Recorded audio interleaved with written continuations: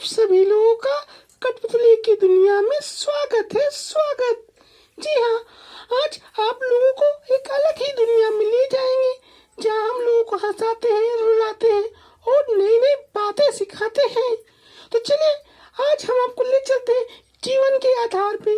जीवन का आधार यानी कि जल। जल ही जीवन है। जल के बिना जीवन की कल्पना करना असंभव है। तो चलिए देर नहीं करते और आपको ले चलते कठपुतली की दुनिया में। जल ही जीवन है। अरे फुलमतिया कहाँ चली गई? अरे नजर नहीं आ रही है, दिखाई नहीं देता। पानी बाल्टी से भरा जा रहा है, गिरते जा रहा है और फुलमतिया को तो कुछ फर्क ही नहीं पड़ता। अरे क्या हुआ भुलक्कड़ सिंह, क्यों तक चिल्ला रहे हो? अरे श्रीमती जी देखो, सामने पानी का बाल्टी भरा जा रहा है, गिरा जा रहा है। जल को तुम यूं ही बर्बाद कर रही हो तो एक समय ऐसा आएगा कि तुमको जल ही बर्बाद कर देगा। क्या मतलब? क्या हम पानी का टैक्स नहीं देते? अरे पानी वाले को तो हम जल निगम वाले को टैक्स देते तब ना वो पानी आता है। अरे ठीक है, टैक्स देती हो, सरकार आपको सुविधा देती है कि आप जीवन का आधार मिले। जल आपकी जीवन का आधार है और तुम यूं ही व्यर्थ कर रहे हो। अभी कल ही बर्तन में फालतू खर्चा की, कपड़ा में पानी बर्बाद कर देती हो और पानी भर जाता है तो कभी उसको बंद करती नहीं। अरे क्या दिक्कत है? सरकार के पास बहुत ही पानी है और उससे क्या, पानी तो खूब ही आती रहती है। अरे क्या करे, इस मोट बुद्धि को समझ में नहीं आता है, समझ में नहीं आता। एक तो जल लोगों को मिल नहीं रहा है।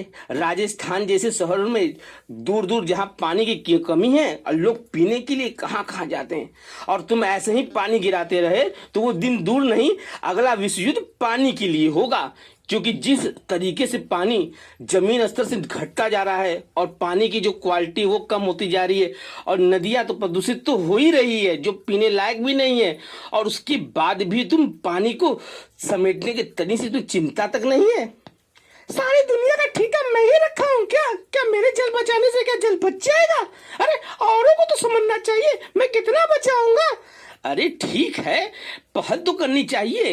यदि गांधी जी पहल ना किए होते तो आज देश आजाद नहीं हुआ होता। वो भी अकेले ही चले थे, लेकिन उनके प्रयास से आज देश आजाद हुआ। आज वही क्रांति लाने की जरूरत है। और यदि हम और आप पानी के जल संरक्षण के बारे में नहीं सोचेंगे, पानी को सुरक्षित रखने के बारे में नहीं सोचेंगे, तो आने वाली पीढ़ी पानी से इस तरह खत्म हो जाएगी, हमारा जीवन इस तरह खत्म हो जाएगी जिसकी कल्पना तुम सोच नहीं सकते हो। तुमको तो समझाना बेकार ही है। छोड़ो, कोई बात नहीं, हम चाहते हैं तुमसे बाद में बात करते हैं, अभी तो बहुत सा काम है। अच्छा कुछ काम करके हम आते तब तुमसे बात करते। ठीक है ठीक है, तुम्हारे चक्कर में हमारा रोटी जल रहा है, मैं जा रही रोटी पकाने। हाँ, अब तो लगता है फुलमतिया को सबक सिखाना नहीं पड़ेगा। बड़ी मोट बुद्धि है, बिना ठोकर खाए सीखेगी नहीं। क्योंकि जब तक गलती का उसको एहसास नहीं कराएंगे तब तक जल संरक्षण के बारे में जानेगी नहीं। जरूर कुछ ना कुछ इसको सबक सिखाने के लिए कुछ ना कुछ करना ही पड़ेगा। ऐसा है, ये जो नल ने पानी के लिए बहुत बर्बादी कर रही है, ना रहेगा बांस न बजेगी बांसुरी। इस नल को ही हटा देता हूँ। जब पानी उसको नहीं मिलेगा तब उसके पानी की अहमियत को समझ पाएगी। अरे सुनते हो, कहाँ चले गए? मैंने नल में पानी आ रहा था, ना नल दिख रहा है ना ही पानी। एक तो मुझे नहाना भी है और खाना अभी बनाना भी है। अरे मैं तो बहुत परेशान हो गई है। एक तो पीने को पानी तक में फ्रिज में तुम भर के नहीं रखे हो। कहाँ हो? जरा सुनो तो सही। अरे क्या हुआ फुलमतिया, जब देखो खाली फूलती ही रहती हो। चाहे कभी मुंह फुला लोगी, चाहे कुछ फुला लोगी। अरे तुम नहीं पता, घर में पानी का एक बूंद तक नहीं है और तुम करो मैं फूलू भी ना। नहाना भी है, पीना भी है, खाना भी बनाना है। अच्छा तो बना लो, टैक्स जो देती हो सरकार आके तुम्हारा रोटी पका देगी और तुम्हारे घर पानी भी पहुंचा देगी। अरे वो तो मैं गुस्से में बोल गई। अरे ये जब एक दिन पानी तुमको नहीं मिल रहा है तो तुम कितने तड़प रहे हो। और न जाने ऐसी बहुत सी नदी तालाब जो खत्म हो गई है, जो जीवन का आधार है वो भी खत्म हो गया है। और राजस्थान जहाँ बहुत से ऐसे जगह हैं, ऐसे गांव हैं जहाँ पानी पीने को नसीब नहीं हो रहा। लोग कई किलोमीटर लोग पैदल चल के पानी भर के ले आते हैं और उस समय सोचो उनके जीवन में क्या प्रभाव पड़ेगा। उनको पानी आसानी से उपलब्ध नहीं होता और एक तुमको पानी मिल रहा है तुम उस तरफ पानी को बर्बाद कर रही हो, कह रही हो सरकार को टैक्स दे रहे हैं। प्रकृति किसी से को टैक्स नहीं देती।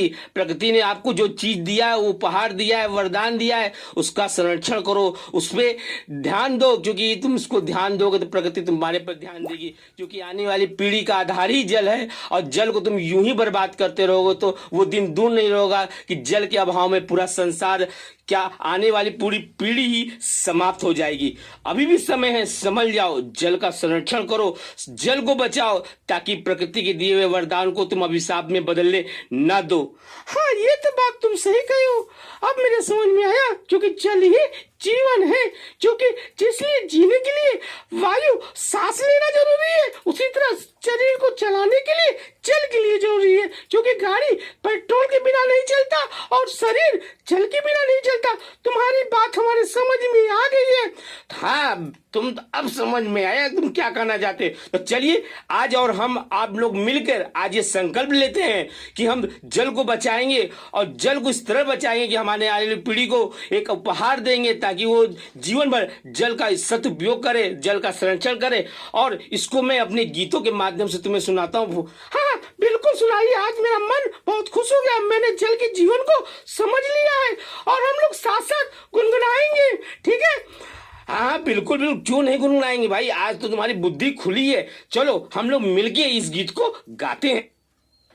आओ मिलकर कसम ये खाएं, जल जीवन है इसे बचाएं। नदी तालाब झील और झरने सूख जाए तो क्या होगा, पेड़ पौधे जंगल जंतु नहीं रहे तो क्या होगा, बिन पानी सब होगा सून, सपना हो जाएगा मानसून। जल संरक्षण की अलख जला लो, जल संरक्षण की अलख जगा लो, बूंद बूंद कर जल को बचा लो। जल के महत्व को समझे समझाएं, आओ मिलकर कसम ये खाएं, आओ मिलकर कसम ये खाएं, जल जीवन है इसे बचाएं।